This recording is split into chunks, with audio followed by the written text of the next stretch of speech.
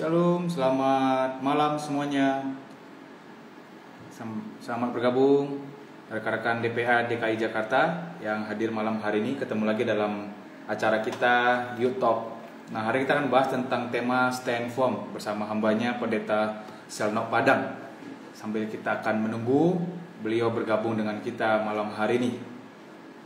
Saya menyambut buat Zakaria 1. Selamat bergabung bersama kita live malam hari ini. Dan rekan-rekan sekalian, saya menunggu teman-teman bisa bergabung dengan kita malam hari ini. Yuk ajakin teman-teman yang lain untuk kita bersama-sama hari ini membahas satu tema tentang Stand Firm. Kita masuk di sesi yang ke-11 di tahun 2021. Dan teman-teman yang mungkin terlewat bisa melihatnya di YouTube DPA GBI DKI Jakarta. Ya, sambil kita menunggu ya, pembicara kita belum bergabung malam hari ini. Saya sambil follow up beliau, tadi katanya udah standby ya.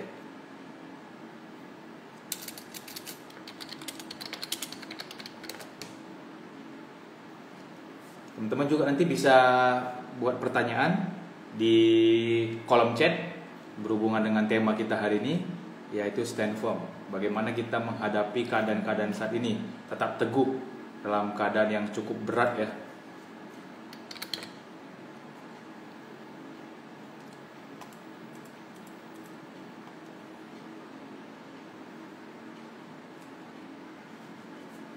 Ya, sambil menunggu untuk Kak Selnok bisa bergabung dengan kita malam hari ini.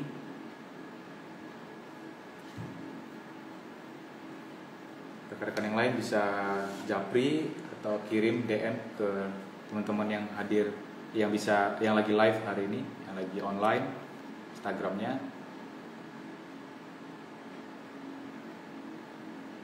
Kita tunggu.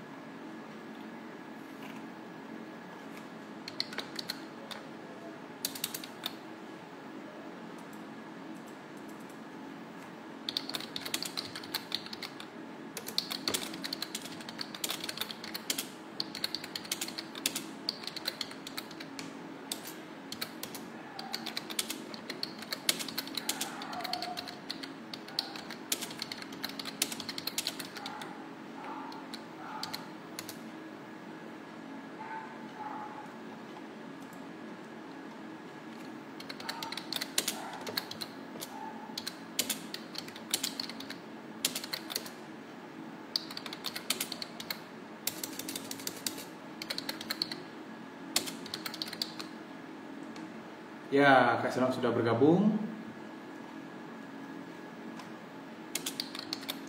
Selamat bergabung, Kak. Oke, kita lihat Kak Selnok. Katanya lagi di jalan, baru pulang pelayanan.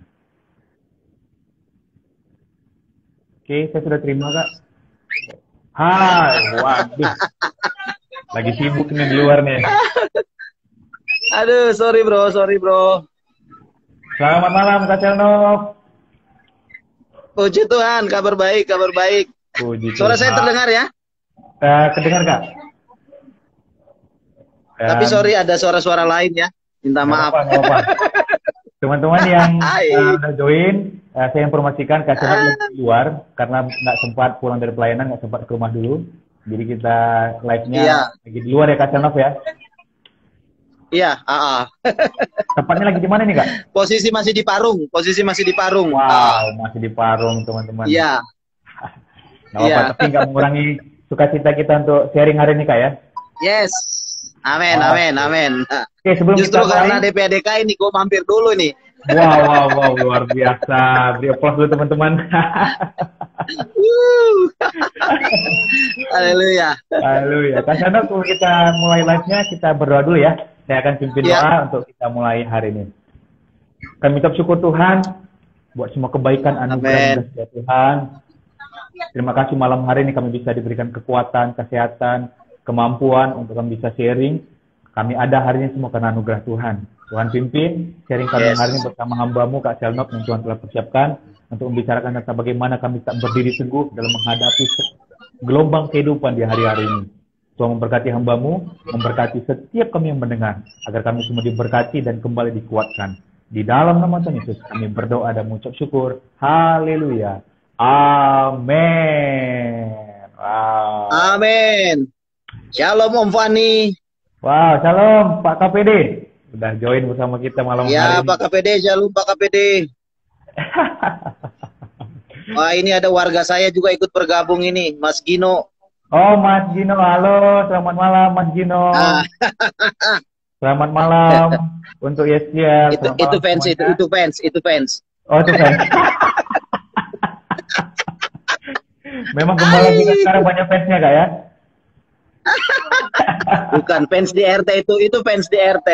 Oh, itu fans di RT. Oh iya, teman-teman belum tahu, Pak Selnov ini, Kak Selnov ini juga adalah ketua RT ya Kak. Boleh tahu Kak, ketua RT di mana Kak? Saya di Kebayoran Baru, tepatnya di Kelurahan Keramat Pela. Puji Tuhan, saya ini tahun ke-7. Wow, itu tiap tahun pemilihan Kak ya? Atau berapa tahun sekali Kak? Sebenarnya 3 tahun sekali ya, jabatan RT itu 3 tahun sekali. Nah, pemilihannya ya sejauh warga masih mempercayakan ya. Nah, karena kan dipilih oleh warga. Ya. Jadi ya puji Tuhan sehingga tahun ke-7 masih dipercaya. Nah, itu yang berat itu, kepercayaan. Benar-benar. Bukan hanya dipercaya menjadi gembala, dipercaya dalam organisasi, tapi dipercaya juga jadi seorang birokrat. Bisa dibilang gitu Kak ya, birokrat Kak ya?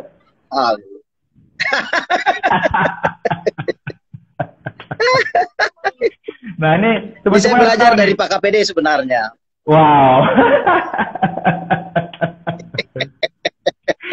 Teman-teman harus tahu juga nih, karena beliau ini banyak organisasi, banyak jabatan penting yang diemban, dan tidak salah hari ini kita DPA DKI itu mengundang beliau, karena hari ini kita akan membahas tentang tema tentang itu stand firm, bagaimana tetap berdiri teguh di tengah-tengah banyaknya beban, di tengah-tengah banyaknya tantangan hari-hari ini, dan untuk berdiri teguh itu nggak mudah. Nah hari kita akan dengar dari Bapak Gembala, Pak RT, wakil ketua kayak di DPA pusat, dan banyak hal yang saya pikir kita akan bisa gali dari beliau.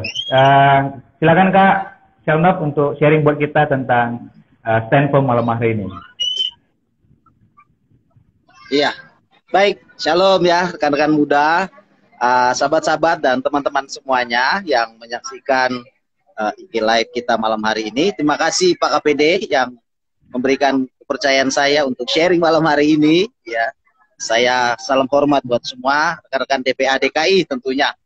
Ya, kalau kita bicara tentang kepercayaan Tuhan, bagaimana kita menjalankannya, sebenarnya itu yang jauh lebih penting dari hanya sekedar jabatan dan lain sebagainya, saudara. Ya, saya begini, teman-teman, saya ini pribadi yang bukan mencari jabatan, bukan mencari kedudukan dalam kehidupan ini, tapi adalah bagaimana menjalankan setiap kepercayaan. Artinya, ketika kita dipercayakan sesuatu, ya, itu bukan hanya sekedar nama kita yang terpampang, bukan sekedar sebuah kesenangan atau sebuah kebanggaan ketika kita menjawab, tapi bagaimana kita tetap berdiri teguh di dalam kepercayaan itu, menjalankan setiap tugas dengan sebaik-baiknya, ya, bahkan sampai menyelesaikannya, itu setiap tugas dan tanggung jawab itu sampai akhir, sampai garis akhir. Sama dengan kehidupan sebenarnya kan, gitu kan. Paulus bilang, aku telah mengakhiri pertandingan kehidupan ini. Artinya Paulus tetap berdiri teguh di atas kebenaran-kebenaran yang diyakini, ya kan, sampai akhir kehidupannya. Dan dia sangat yakin ketika dia menyelesaikan garis akhir pertandingan kehidupannya, dia sangat yakin menerima mahkota kehidupan. Nah, itu menarik teman-teman. Nah, saya punya prinsip seperti itu. Setiap kepercayaan yang saya dipercayakan kepada saya berusaha untuk melakukan dengan sebaik-baiknya. Tentunya berdiri di atas kebenaran-kebenaran firman Tuhan. Memang ya mungkin teman-teman sedikit tahu juga ya, saya agak sedikit orangnya yang yang istilahnya punya prinsip sendiri di dalam menjalankan setiap tanggung jawab. Bagi saya, kalau saya yakin saya berdiri di atas sebuah kebenaran, saya tidak pernah takut dengan apapun juga. Tanda kutip loh ya. Maksudnya, kalaupun harus karena keyakinan di atas kebenaran itu, mungkin banyak orang yang tidak menyukainya, ya bagi saya itu sudah sebuah tantangan, ya. Sebuah tantangan, dan ya disitulah nanti kita akan melihat. Nah, bagi saya ketika berdiri di atas sebuah kebenaran, keyakinan kita berdiri di situ, kita harus siap untuk menghadapi segala sesuatunya. Termasuk resiko-resiko, akibat-akibat dari prinsip-prinsip kebenaran yang kita pegangi selama ini, ya, bagi saya secara pribadi, ya, itulah bagian yang harus kita jalankan. Nah, disitulah nanti kekuatan kita atau keteguhan kita berdiri, ya, kemampuan kita berdiri di atas kebenaran itu, atau apa yang kita sedang kerjakan, apakah hanya mau mencari kepentingan diri sendiri atau kebanggaan diri sendiri, atau memang lewat segala sesuatu yang kita percaya, kita berdiri atas kebenaran untuk memuliakan nama Tuhan di balik setiap kepercayaan yang Tuhan berikan. Kan firman Tuhan bilang, karena itu berdirilah teguh, ya kan, jangan goyah, ya kan, dan beritakanlah firman Tuhan. Nah, ini prinsip-prinsip sederhana yang saya selama ini itu yang saya pegang, ya. Baik itu saya di organisasi gereja, ya, bahkan sampai saya jadi gembala, saudara, teman-teman, ya. 2016 Tuhan percayakan saya menjadi gembala, saudara, dan memang prinsip saya tidak berubah, ya, yang namanya kebenaran, ya kebenaran, gitu loh. Ya, kalau harus ditegakkan sekalipun mungkin ada banyak hati yang harus tersakiti, Cailah. Agak melengkol sedikit nih kan, tersakiti ya. tapi bro, begini bro, memang kebenaran itu menyakitkan, kebenaran itu menyakitkan. Itu yang harus garis bawahi teman-teman, ya. Kebenaran itu menyakitkan, gitu loh. Yang mengenakan itu dosa.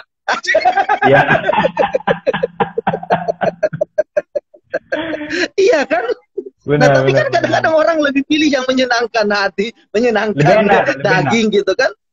Iya, karena lebih enak gitu loh. Nah saya mau bilang begitu. Ya, bukan saya orang yang paling ini idealis atau apa dan lain sebagainya. Tidak. Bagi saya, selama Tuhan percayakan saya, selama Tuhan kasih saya kemampuan, saya pribadi yang akan terus berusaha berdiri teguh di atas kebenaran. Nah, waktu saya memimpin jemaat pun juga tidak mudah, saudara. Tidak mudah. Bahkan ada jemaat yang akhirnya mengundurkan diri. Bukan jemaat, pelayan ya. Pelayan yang akhirnya mengundurkan diri karena kebijakan yang saya buat. Karena maksud saya mengarahkan. Tugas gembala kan itu mengarahkan, ya.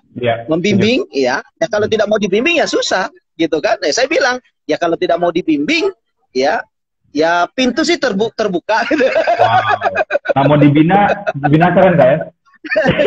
Iya. Iya, tapi yang menarik, saya share satu. Ini yang tempat saya melayani, ada satu sahabat, ya kan, karena dalam bimbingan saya, dia merasa, ya itu seperti saya katakan tadi, seperti tersakiti, gitu kan. Tapi niat hati saya itu tidak ada menyakiti pelayan, pengerja di tempat saya melayani, bahkan rekan-rekan, tidak pernah terbesit di hati saya. Saya murni hanya untuk membimbing mereka, gitu kan. Lalu mereka merasa tersakiti, dia keluar. Tapi setelah 2-3 tahun, dia datang kembali. Saya welcome, gitu loh. Ya, bagi saya seperti begitu. Biasanya kan memang begitu. Kebenaran itu ketika dinyatakan itu menyakitkan, gitu. Benar. Tapi bagaimana kita yang menyatakannya? Apakah kita juga mempertahankan nilai-nilai kebenaran dalam kehidupan kita? Kan orang nanti waktu akan menguji, waktu akan menilai. Ini misalnya contoh saya. Ini Pak Sela masih berdiri teguh nggak dengan apa yang dulu pernah dia sampaikan, apa yang dia ajarkan? Ya, masih posisi di situ nggak dia? Nah, saya bersyukur oleh anugerah Tuhan, saya hingga hari ini masih tetap ada, saudara, teman-teman. Dan saya masih tetap pegang prinsip itu, ya. Dan saya memang minta Tuhan supaya kebenaran firman Tuhan harus itu yang menjadi dasar kehidupan saya. Sama seperti firman Tuhan mengatakan, ketika kita membangun rumah, dasarnya itu harus kokoh, harus kuat, ya kan? Harus bangun di atas batu karang yang teguh, kalau kata firman Tuhan, ya kan? Jangan sampai ada goncangan sedikit, ya, mudah rontok. Itu mungkin ya. Terus yang lain ya, waktu saya di RT, ya ini yang menarik. Ini cerita RT nih ya. Cerita RT. Siapa tahu ada teman-teman yang mau jadi RT ya. Menjadi RT itu menarik ya. Menjadi RT itu menyenangkan, saudara. Karena disitulah sebenarnya tempat kita untuk memperlihatkan kita ini anak-anak Tuhan. Gitu. Nah, memang prinsip harus kuat kita pertahankan, ya. Kebenaran-kebenaran, karena godaannya banyak, ya, godaannya banyak. gimana digoda harus begini, harus ABC. Saya pernah satu kali waktu saya baru jadi RT baru setahun, ya, ada orang mau datang sogok saya dengan uang untuk minta tolong ABC. Lalu saya bilang begini, saya bukan tidak butuh uang. Sampai hari ini pun saya masih butuh uang, gitu. Mau tahu nomor rekening saya, teman-teman? 5770. Ampun Om Fani. Maksud saya begini, ya. Saya akhirnya hari itu saya bilang, bukan saya tidak butuh uang, ya.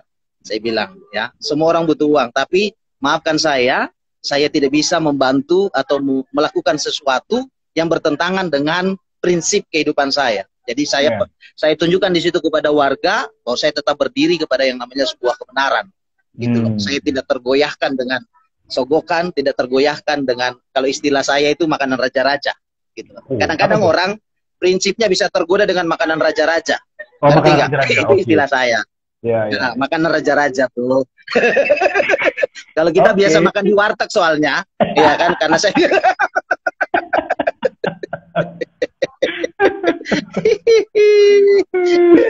jadi ya puji Tuhan ya, dari dulu saya biasa makan di warteg sehingga saya tidak tergoda dengan makanan raja-raja.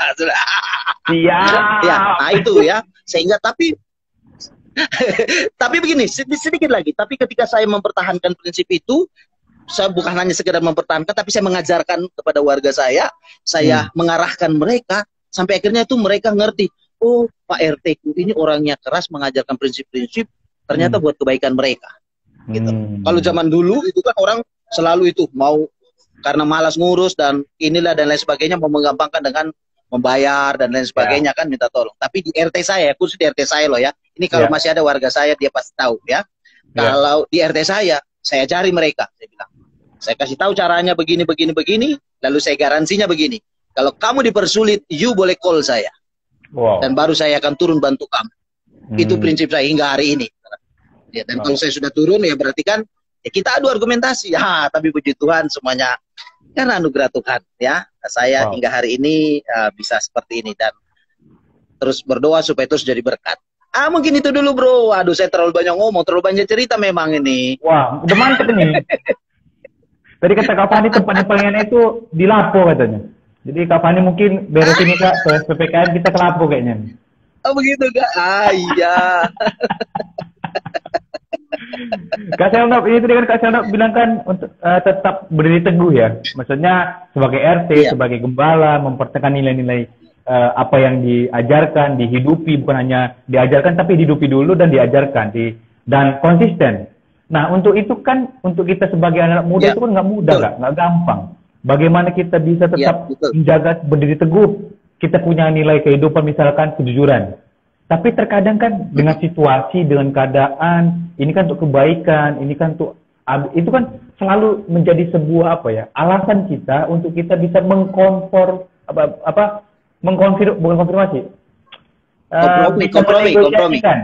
Ya, jadi kita bisa negosiasi tentang kebenaran itu, nilai-nilai yang kita pegang selama ini. Nah, gimana kiat-kiatnya dari Kak Selnop ini untuk tetap menjaga nilai itu tetap kita hidupi dalam kehidupan kita? Boleh sharing Kak buat kita anak muda hari ini? Iya, jadi begini teman-teman, kita apalagi anak muda itu kan sangat mudah tergoda, gitu loh ya. Mudah tergoda oleh segala sesuatunya, saudara, ya kan? Alkitab bilang kan keinginan mata. Itu bahasa Alkitab yang mengerikan sebenarnya. Tapi begini, saya pribadi ya, saya belajar ya. Memang banyak godaan dan tidak mudah untuk mempertahankan prinsip hidup di atas kebenaran. Nah, ya mau tidak mau ya, menurut saya mau tidak mau tidak ada cara lain selain kita memaksakan diri kita masing-masing. Itu pertama, memaksakan diri dalam artian begini, berusaha untuk tidak terlalu kompromi, tanda kutip, tidak terlalu kompromi. Kenapa saya kasih bahasa tidak terlalu kompromi? Sebab begini, ada kalanya kita kompromi, ada kalanya kita harus kompromi, tapi komprominya bukan untuk kita meninggalkan kebenaran. Oh, gitu oke. Ya. Menarik. Bukan untuk kita meninggalkan nilai-nilai kebenaran. Kalau saya begitu ya. Kayak contoh dalam mengembalakan. Kalau saya mau keras terus, bisa-bisa orang capek semuanya itu pelayan-pelayan, dia kabur satu-satu. Itu yang ngeri, gitu kan.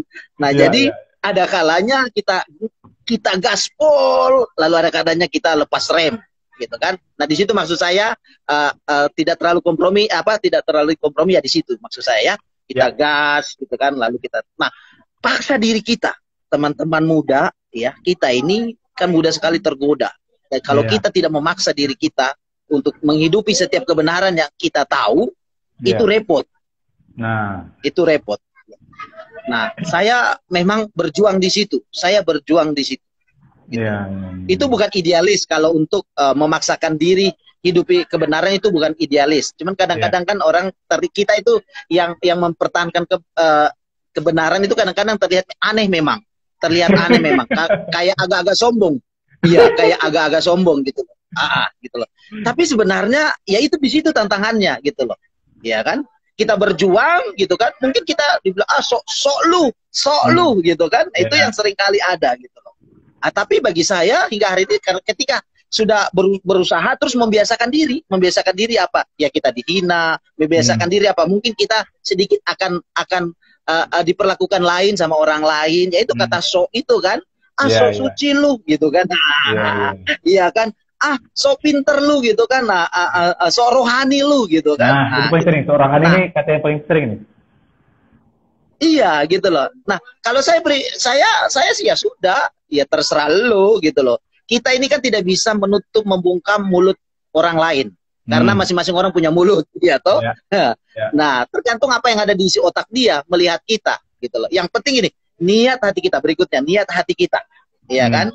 Nah, pertama tadi itu kita paksa diri kita, biasakan diri. Ya, kedua biasakan diri untuk ya terima ya kalau kita dikatai ya sudah, dikatai tanda kutip kan dibilang so itu kan. Ya sudah biarin aja. Toh itu kata so itu kan sebenarnya kan kadang-kadang sorry aja ya, kadang-kadang kan sebenarnya berbalik ke mereka kok. Gitu. Kalau kita menghidupi kebenaran, ya sebenarnya kan kalau kebenaran itu akan memerdekakan engkau, kata firman Tuhan kan. Ya, kalau kita kebenaran, ya kebenaran itu akan memerdekakan kita. Biarin aja orang hina kita, biarin aja orang anggap kita sok. Yang penting kita tidak sok, gitu loh. Kita mau berdiri di atas kebenaran, gitu loh. Kadang-kadang kan kita karena merasa, aduh, gue sudah kayak semacam dibully nih, gitu kan. Kok gue jadinya dibully nih, gue mempertahankan prinsip kebenaran begini, kok gue kayak dibully ya, gitu kan. Jadi menurut saya sudah biarin aja, ya kan. Kalau kata pepatah begini, anjing menggonggong, gitu kan, kafilah berlalu. Jangan lupa bayar perpuluhan DPA. Jangan lupa teman-teman bayar perpuluhan DPA supaya DP tetap berjalan. Ya kan Om Fani? Kak Fani senang sekali nih kalau dapat info ini nih. Endorse-nya nih. Teman-teman kita nggak endorse ya, tapi memang kerelaan hati dari pembicara untuk mengingatkan. Ya, ini bukan nggak ada endorse ya. Iya, nggak ada. Itu murni karena pengalaman.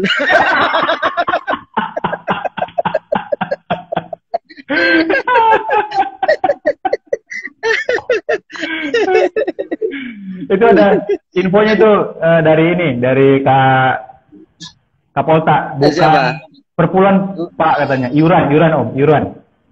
Oh iya, iuran ya. Aduh, sorry Bang Polta, karena saya juga sudah gembala, jadi pikirannya sekarang perpuluhan. Sorry ya Bangku. Kalau berhubungan maksud saya itu. Bahas gembala ini, ada kita kedatangan tamu itu dari Medan, tebing tinggi nih, jauh nih dari Medan, Bang Ebram Setumorang, selamat malam. Amang Pandita kita dari tebing tinggi. Terus Kak Samosir, ini junior KPW, ya. Kak Samosir KPW Selatan. Salam hormat buat Bang Cipto. Ya. Ini orang hebat ini, saudara. Orang hebat, luar biasa, hebat sekali. Dan Kak Polta juga selamat datang. Dan teman-teman yang lain yang hari ini baru bergabung, kita hari ini bahas tentang stand firm, bagaimana kita tak berdiri teguh di tengah-tengah kebebasan, kemerdekaan yang Tuhan berikan dalam kehidupan kita. Nah, apalagi hari ini kan pembicara kita hari ini memiliki pengalaman yang begitu banyak ya, jabatan, kepercayaan yang Tuhan percayakan baik di birokrasi, organisasi gereja, bahkan menjadi seorang gembala.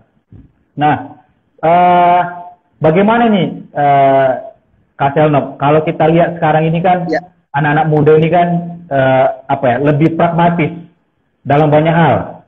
dalam organisasi, dalam hal rohani, dalam hal kehidupan. Contoh misalkan dalam memilih pasangan, dalam memilih pekerjaan. Kadang kita, contoh nih misalkan kayak ada anak youth yang kita layani, dia kan bagian akuntan Kak. Nah akuntan ini kan dia itu banyak membuat laporan. Ternyata dalam laporan itu saya baru tahu nih, dia info ke saya bahwa laporan itu dua, satu untuk pajak, satu untuk intern. Ya benar aslinya. Nah gimana nih Kak? Maksudnya kalau saya nggak ngikutin dipecat. Kalau saya ngikutin saya dosa nih. Ini kan menurut saya kan tadi kalau dari Kak Selno bilang tadi poin pertama itu memaksakan diri, dan terkadang kita memang harus sedikit bernegosiasi konform kita bisa negosiasikan kebenaran. Ya. Nah itu gimana nih konteks ini Kak? Di tengah-tengah keadaan saat ini kan nggak semudah yang kita pikirkan, sangat pragmatis sekali keadaan anak muda hari ini dalam memilih pasangan. Lah Kak Putra ini yang ada, saya doa juga kok dia anak youth juga, tapi dia, kita tahu bahwa ini orang nakal, nggak benar-benar hidup sama Tuhan. Kita udah ngomong. Nah, jadi kira-kira gimana nih Kak? Dalam kita berikan pandangan buat anak muda hari-hari ini? Iya, baik, terima kasih. Ya, ini pertanyaan yang sulit ini, gitu. Ya, nah seperti saya sampaikan tadi di awal, ya hidup di atas kebenaran atau mempraktekkan atau menghidupi kebenaran itu kan tidak mudah, gitu loh, tidak mudah. Karena ya itu hati kita ini kan mudah sekali tergoda, ya. Nah, saya katakan tadi belajar memaksakan diri. Nah, kalau kita tidak belajar memaksakan diri lalu membiasakan diri, ya itu memang tidak mudah. Pasti kita akan lebih cenderung lebih banyak kompromi. Itu sudah pasti. Itu sudah pasti, ya. Kalau kita tidak belajar memaksakan diri dan membiasakan diri untuk menghidupi kebenaran, itu pasti kita akan terjebak dengan banyak kompromi. Nah, apalagi contohnya kayak tadi di dunia pekerjaan, gitu kan? Apa yang bekerja di pekerjaan, konsekuensinya mungkin kalau menghadapi seperti itu kan pasti ada konsekuensi, maksud saya ya seperti gitu. Benar. Nah, yang harus kita pahami bersama begini teman-teman, ya, memang hidup dalam kebenaran, menghidupi kebenaran itu pasti ada konsekuensinya. Dan biasanya ya konsekuensinya itu bukan konsekuensi yang murah. Ya, karena kebenaran itu mahal. Ya. Ya, konsekuensinya pasti mahal. Ya. Nah, kalau tadi bro tanya konteksnya soal pekerjaan, ya maafkan saya mengatakan ini, gitu loh. Ya, kalau you mau hidup di atas kebenaran, ya kan? Ya you harus bisa memilih, mau tidak mau. You harus bisa memilih. Dan ini tidak mudah, karena konsekuensinya adalah bisa jadi kita dipecat. Bisa jadi kita diberhentikan ketika mau belajar berdiri di atas sebuah kebenaran. Tapi kita juga harus ingat, kita kan itu punya Tuhan, gitu. Tuhan yang dahsyat, Tuhan yang mampu mengubah segala sesuatunya dalam sekejap, gitu. Dalam sekejap. Bagi saya seperti gitu. Artinya begini, kalau memang kamu sudah mau belajar memaksakan dirimu untuk hidup dalam kebenaran, berdiri di atas kebenaran, lalu membiasakan diri melakukannya, saudara, ya, minta Tuhan untuk memampukan kita. Ya, memampukan kita untuk mempraktekkan itu. Kan itu kan kita ibaratnya kita tinggal mempraktekkan, ya kan? Mau menghidupinya atau kita mau membuka lagi ruang kompromi dengan alasan belum siap dengan konsekuensi. Ya, siap dengan konsekuensi yang ada gitu loh. Saya percaya satu hal begini, Bro Putra, gitu loh. Ya, Tuhan itu tidak akan tinggal diam. Ya, dan dia akan selalu menolong orang yang mau menghidupi atau berdiri di atas sebuah kebenaran. Nah, makanya paksa diri kita dan biasakan hidup dalam kebenaran, sehingga ketika kita disudutkan atau ada dalam keadaan seperti itu, ya, ada dalam posisi seperti itu, kita tinggal berdoa dan kita tahu apa yang harus dilakukan. Kalau kita sudah membiasakan, ya, membiasakan diri hidup dalam kebenaran. Saya percaya begini, Roh Kudus pasti akan bicara. Apa langkah terbaik yang harus kita lakukan. Dan saya juga percaya kalau kita mau melakukan atau mau mempraktikkan kebenaran, Tuhan itu tidak kurang cara untuk menolong. Tuhan tidak kurang cara. Tinggal kadang-kadang kan kita ini masih mikir-mikir gitu kan, siapa apa enggak ya, iya kan, gitu kan. Nah, bener nggak nih dari intinya Tuhan? Pasti gitu ada. Iya. Nah, jadi ya memang ada konsekuensi besar atau ada dampak besar ketika kita mau hidup dalam kebenaran, karena kebenaran itu mahal. Tapi percayalah, kalau kita mau melakukannya, ketika kita mau hidup ya dan mempraktekannya, selalu ada anugerah Tuhan yang akan menyertai kehidupan kita. Andai kata pun ya, karena saya pernah mengalami, saya bimbing adik rohani saya juga ya, sama posisinya seperti ini gitu loh, sama posisinya, gimana ya Kak, gini. Saya bilang, you berdoa dulu. You berdoa, kalau memang kamu mau berdiri di atas kebenaran, ya, nanti Tuhan bicara di dalam hatimu, dan jangan pernah takut mengambil keputusan untuk memilih yang terbaik. Gitu. Ya, memilih yang terbaik. Bagi saya itu sebuah pilihan. Jangan pernah takut.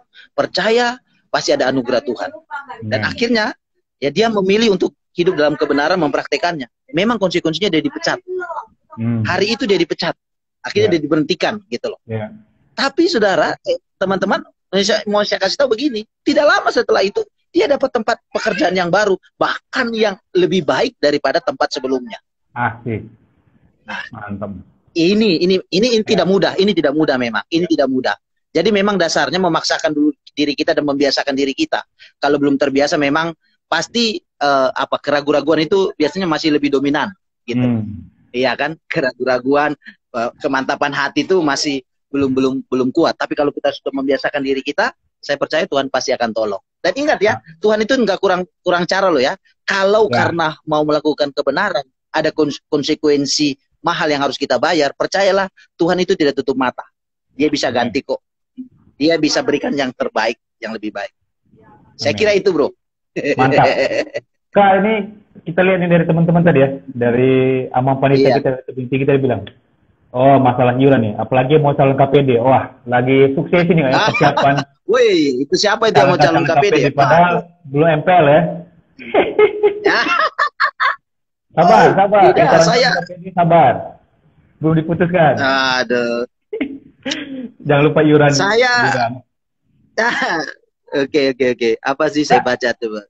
Nah, Kak, ini dari Kak Olta nih. Bagaimana kita tetap stand firm di organisasi? Maksudnya ini mungkin kita bisa bertahan, tetap kompromi dengan, kadang kan kita di organisasi punya pemimpin atau punya rekan dalam organisasi kan seringkali mengkompromikan hal-hal yang mungkin jauh dari kebenaran atau meleset dari kebenaran.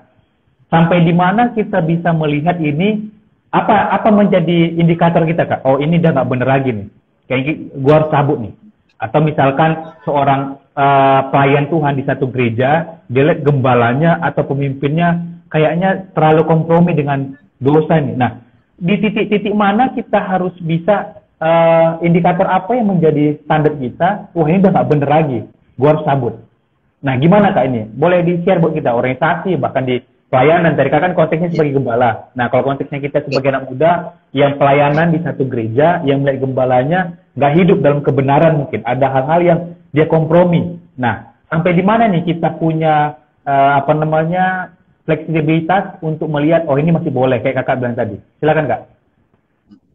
Ya, ini menarik lagi, lebih menarik lagi nih pertanyaan ini, ya, karena saya mengalaminya, ya, saya berproses, ya. Wow, saya senang. Ini pembicaranya. Saya itu senang berproses, gitu loh, dan saya tidak pernah mau melangkahi anak tangga yang harus saya lewati, sekalipun ada kesempatan, sekalipun ada peluang, ya. Ya, saya banyak beberapa di organisasi, ya, beberapa tawaran, tapi saya belajar, saya tidak akan pernah mau melangkahi anak tangga yang seharusnya saya langkahi. Saya mau belajar step by step, karena saya percaya anugerah Tuhan. Nah, begini teman-teman, ya memang ini dilematis yang sering ada, ya, dan pasti banyak teman-teman mengalaminya, gitu kan. Teman-teman pasti kalau tergantung posisi kita di mana nih, gitu kan. Nah, kalau kita di bawah ada kita punya leader, biasanya kita memang pasti akan ngelihat leader yang misalnya kurang agresif, kurang greget, ataupun apalagi kita banyak tahu kartu asnya istilahnya, ya, kartu asnya banyak kita tahu, itu sangat sulit memang, itu sangat sulit itu di situ. Nah, saya share pengalaman saya. Hingga hari ini kan saya wakil ketua, ya. Saya belajar begini, prinsip saya begini, hargai pemimpin, hormati pemimpin. Jangan berusaha menjatuhkannya. sekalipun engkau sudah melihat ataupun juga banyak hal yang bisa membuat kamu tuh, aduh kayaknya kok begini ya, kok begitu ya. Bagi saya punya prinsip begini, saya akan belajar menghargai pemimpin saya. Wow. Itu prinsip hidup saya. Karena begini, kalau you tidak bisa menghargai pemimpinmu, ya, kalau di organisasi, kalau di pelayanan gembalamu, ya kan, kalau di keluarga orang tuamu, ya, kalau you tidak bisa menghargai itu, saudara, kan suatu saat kau akan menjadi pemimpin. Suatu saat kamu, kalau Tuhan kehendaki, kau akan jadi gembala. Suatu saat kalau Tuhan kehendaki, kau menikah atau jadi orang tua. Kalau kau, apa istilahnya begini, kalau istilah rohaninya, apa yang you tabur, pasti you akan tuai. Itu prinsip pertama. Prinsip pertama. Jadi hargai dulu, gitu loh. Itu dasarnya. Nah, memang dalam menjalaninya, itu kan pasti kita kan akan digoncang terus, digoyang terus. Apalagi, contoh misalnya, kalau kita merasa kita lebih tahu, atau kita merasa, aduh pemimpinku ini, aduh kudet banget sih, gitu kan, rasanya gimana, gitu loh. Nah, ya kan? Nah, apalagi kalau kita tidak pernah dikasih kesempatan, kita merasa, aduh saya harus begini, harus saya begini. Kembali lagi ke poin pertama tadi itu, saudara. Tetap hargai pemimpinmu, tetap hargai. Gitu. Saya jadi gembala hari ini, itu karena saya sangat mempraktekkan keteguhan hati saya menghormati pemimpin saya. Wow. Ya, karena saya percaya waktu Tuhan. Lalu Kak, bagaimana dong Kak? Kan saya ada godaan begini, saya harus ada tawaran di sini dan di situ. Begini, kadang-kadang kita takut untuk pindah dari satu tempat ke tempat lain. Prinsipnya begini, kalau you sudah melakukan bagian you menghormati dan lain sebagainya, ya, lalu memang sudah tidak ada perubahan, you berdoa dong. Kuncinya kan di situ, berdoa dengan baik. Kalau you harus berpindah di satu tempat atau dalam organisasi you harus mengundurkan diri, bukan karena kecewa, gitu loh. Bukan karena tidak suka semata-mata. Ah, malas gua di sini, gua nggak bisa berkembang. Siapa bilang nggak bisa berkembang? Sebenarnya, pasti kalau kita tetap, ya sudah kerjakan aja bagian kita. Ya, contoh saya di DPA, ini ada orang DPA di sini kan, PP. Nah, oh nggak ada ya, ada Pak ini doang, dan teman-teman. Oh iya, saya memegang prinsip, gitu. Saya terus memegang prinsip saya. Nah, ada yang saya lihat di atas seperti ABC, ada forum, saya menyampaikannya. Gitu loh. Tapi tidak ada niat hati menjatuhkan dan lain sebagainya. Saya menyampaikannya, memberikan masukan. Urusan dia mau terima atau tidak, ya sudah, itu urusan dia. Ya kan. Nah, yang penting saya, apa yang ada di hati saya, sekalipun saya greget dan lain sebagainya, gitu kan. Tapi saya, ya sudah, saya sampaikan. After that, saya tetap hormat kepada pemimpin itu. Itu prinsip. Gitu. Mau keluar, saya berdoa. Kalau Tuhan tidak suruh keluar, ya jangan. Iya. Karena kalau keluar itu artinya kita lari dari tanggung jawab. Gitu. Tapi kalau memang Tuhan yakinkan, pasti ada jalan terbaik, ada cara terbaik gitu loh. Kalau memang Tuhan memang sudah tidak diizinkan situ. Tapi saya percaya begini, saudara, kalau kita ada di satu tempat, sebenarnya kan karena Tuhan sudah taruh kita di situ. Berjuanglah, bertahanlah sampai selesai, sampai engkau menyelesaikan tanggung jawab sampai selesai, gitu loh. Baru kita punya nilai di situ. Tapi kalau kita mundur di tengah jalan, kalau kita berhenti di tengah jalan hanya karena alasan pemimpinku tidak kasih kesempatan, pemimpinku kurang perhatian, kalau di pemimpinan atau gembala. Kalau di pelayanan, saudara mundur dari pelayanan. Karena apa? Saudara kesel, kau tidak pernah dikasih kesempatan, dan lain sebagainya. Kau marah, kau kesel dengan manusia, tapi kau tinggalkan pelayanan. Itu sama aja kan kamu marahnya sama Tuhan. Hati-hati, gitu loh. Ya, nah, jadi dari saya begitu. Ya, yang penting prinsip hidup itu menghargai pemimpin itu yang terutama, ya. Lalu ya sudah, ingatkan, ada kesempatan bicara. Dan ya kembali lagi kan, hati ini loh, kita harus legowo gitu. Ingat loh teman-teman, kita itu masih punya banyak waktu, ya, dan kesempatan pasti akan selalu ada. Dan Tuhan, ya, kalau you sekarang sedang belajar berorganisasi, belajar melayani, teruslah belajar, gitu loh, sampai waktunya Tuhan menyatakan engkau lulus dan engkau dikasih kesempatan yang lain. That's it, kuncinya di sini. Wow, luar biasa nih. Berarti kalau akibat kita memberikan mengingatkan, seperti kan Kak Selnok bilang, kalau ada forumnya sampaikan. Nah, terkadang kan nggak semua orang siap, Kak. Baik organisasi, baik pelayanan, baik dalam bahkan di pekerjaan, lebih ekstrem lagi kan. Sesuatu hal yang kita lakukan, kita sampaikan sesuatu kebenaran kan nggak semua orang siap. Yang kakak bilang tadi ada resiko, ada konsekuensi yang harus kita hadapi. Nah, kalau konsekuensinya kita akhirnya tetap dijauhi, tetap jadi gini kak, dia mengkebiri kemampuan kita, dia mengkebiri tanggung jawab kita. Apa kita itu menjadi tanda untuk kita untuk cut off atau cabut, atau itu tetap kita jalani? Itu sebuah proses yang kayak kakak bilang tadi, anak tangga yang harus kita lewati. Gimana nih kak? Itu tergantung menilainya, bro. Tapi begini, sebenarnya kita harus, sebenarnya begini, kita harus belajar juga jujur dengan diri kita, gitu loh. Kita harus belajar juga jujur dengan diri kita. Gitu loh. Kan yang tahu isi hati kita itu pertama Tuhan dan diri kita sendiri, toh. Ya, kan? Motivasimu seperti apa? Motivasimu, tujuanmu apa? Gitu loh. Kalau saya kembali, saya menata hati saya menyampaikan sesuatu ya di organisasi dimanapun ya. Kalau di pelayanan sekarang saya gembala, berarti saya yang harus siap ditegur, saya yang harus siap menerima masukan dan lain sebagainya, gitu loh. Ya kan, tapi kalau di organisasi masih ada pimpinan saya, saya belajar untuk itu. Ya, jadi kalaupun kita harus istilahnya dikebiri, istilahnya mungkin dianggap enteng ataupun juga sedikit disingkirkan, gitu loh. Kalau saya pribadi loh ya, ini tidak mudah, ya sudahlah, anggap aja itu bagian dari sebuah proses pembentukan, gitu loh. Nah, dari awal kan saya bilang, saya berorganisasi, saya melayani, saya tidak pernah cari jabatan. Saya tidak pernah jadikan itu sebuah kebanggaan dan lain sebagainya. Bagi saya itu kepercayaan di organisasi itu semuanya dari Tuhan. Ya, di pelayanan semuanya dari Tuhan. Sehingga saya belajar menata hati saya, tanda kutip, ya. Saya tidak taruh hidup saya di pelayanan, saya tidak taruh hidup saya di jabatan organisasi atau dan lain-lain sebagainya, termasuk jadi jabatan ketua RT. Kemarin saya ada yang ini di jabatan RT, saya bilang saya tidak takut mau dipecat jadi RT pun, saya bilang saya tidak takut. Saya bilang sama orang kelurahan, saya tidak takut kalau mau dipecat pun jadi RT, karena saya mungkin berbuat sesuatu yang tidak sesuai dengan apa yang ada, tidak apa-apa, saya bilang saya tidak takut. Nah, itu prinsip saya. Nah, memang ini tidak mudah, tapi cek dirimu, cek hati kita gitu. Kalau motivasimu memang sudah ada benih-benih yang gue mau check out nih, ya itu pasti kau tambah susah, bro. Tapi kalau kamu melihat semuanya ini proses, mau dibully, mau tidak dikasih kesempatan, selesaikan sampai akhir. Percaya di depan itu ada banyak kesempatan yang sebenarnya Tuhan sedang siapkan bagi orang yang mau lulus loh ya, orang yang lulus di proses loh ya. Saya percaya proses itu tidak akan mengkhianati hasilnya. Kalau you belajar di prosesnya, sekalipun kau harus tersakiti, hatimu tercabik-cabik, dompetmu tercabik-cabik, gitu kan? Oh, haleluya. Tapi yang kau tetap bertahan di situ, menyelesaikannya, itu kan Tuhan yang menilai. You tidak tahu besok bagaimana, tapi percayalah, ada anugerah Tuhan. Amin. Itu, bro.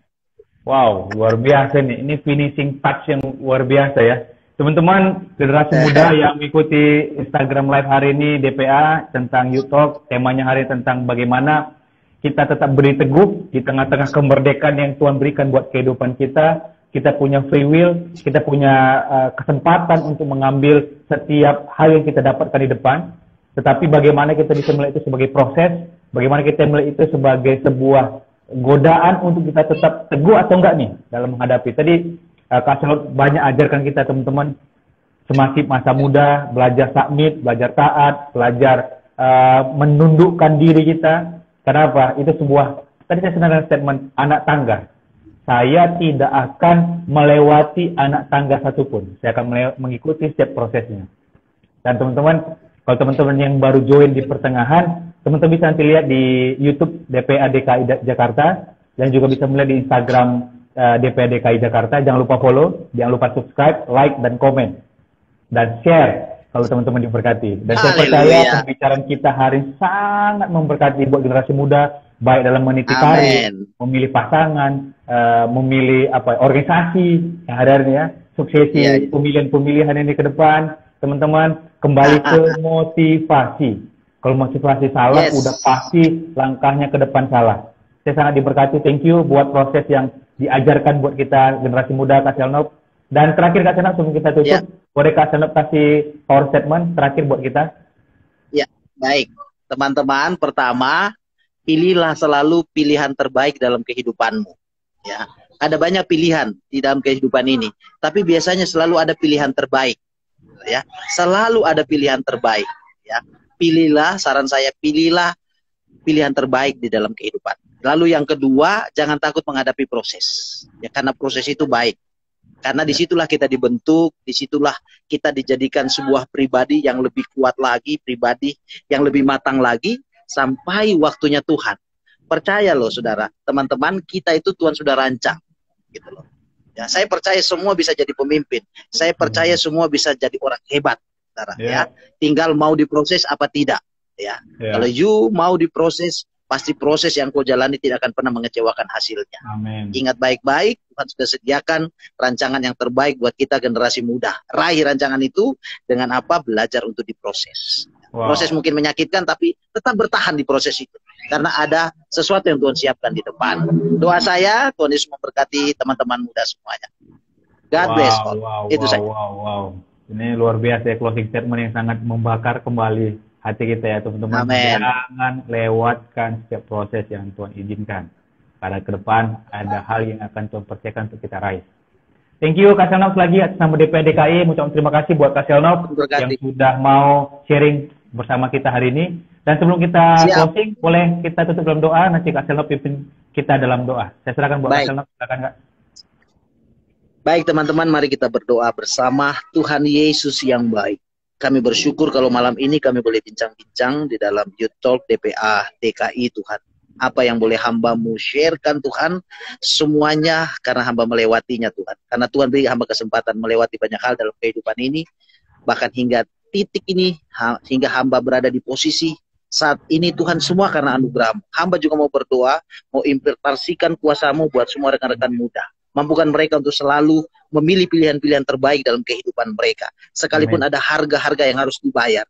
Jadikan itu mereka lihat sebagai sebuah proses. Dan mampukan juga mereka semuanya untuk melewati setiap proses yang harus mereka lewati. Sekalipun ada daging yang tercabik-cabik, ada hati yang tersakiti Tuhan. Tapi kalau itu adalah proses yang Tuhan mau, mampukan generasi muda untuk melewatinya. Karena hamba sangat percaya setiap kami Tuhan sedang persiapkan untuk menjadi pemimpin-pemimpin yang dahsyat di hari ini, besok, dan sampai selama-lamanya Tuhan.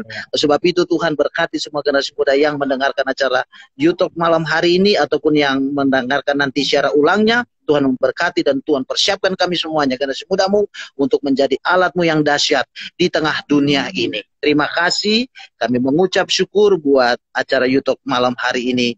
Dalam nama Tuhan Yesus Kristus. Haleluya. Amin. Amin. Thank you. Luar biasa hari ini. Tadi ada salam nih Kak dari chat-chattingnya dari Kak Fani. Terima kasih atas nama DPK. Oh ya, siap. Yang sudah terima kasih Om Fani. Terima kasih semuanya. Om Ebram tadi ada ya. Waduh, Om Ebram tadi ada kalau tidak salah.